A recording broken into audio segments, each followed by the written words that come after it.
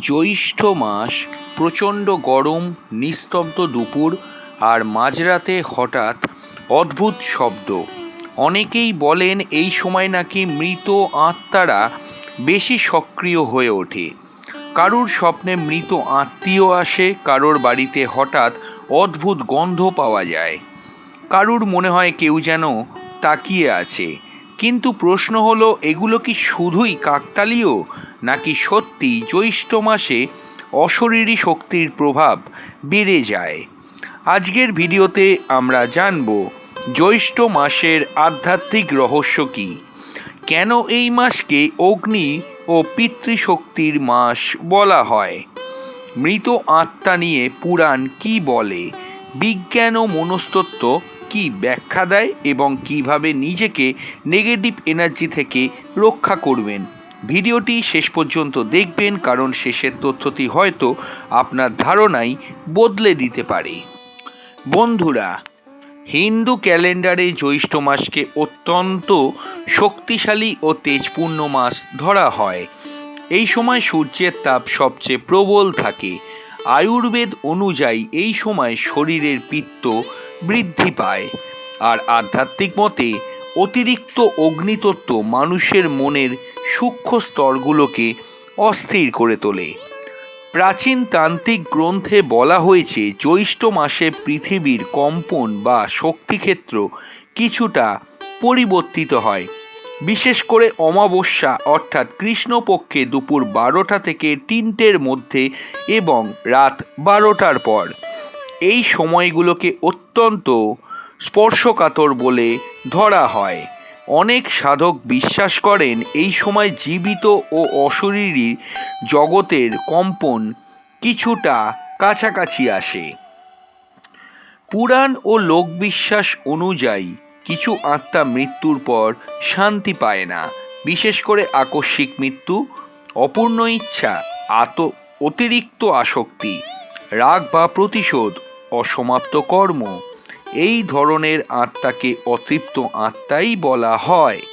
গরুড় পুরাণে উল্লেখ আছে, কিছু আত্মা নির্দিষ্ট সময় পৃথিবীর কাছাকাছি অবস্থান করে, আর জ্যৈষ্ঠ মাসে তীব্র অগ্নিতত্ত্ব ও সূর্য শক্তির কারণে তাদের উপস্থিতি মানুষ বেশি অনুভব করতে পারে বলে প্রচলিত শাস্ত্রে উল্লেখ আছে।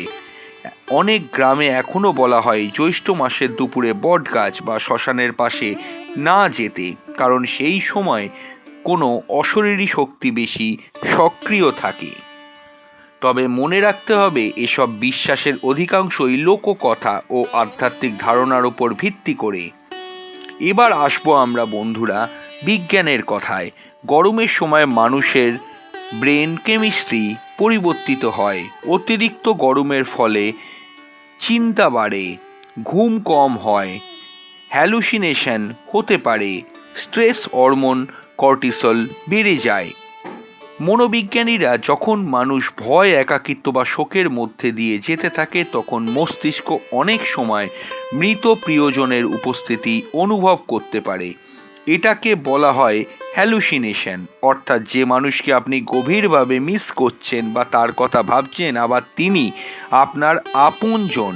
মস্তিষ্ক কখনো কখনো তার উপস্থিতি অনুভব করাতে পারে।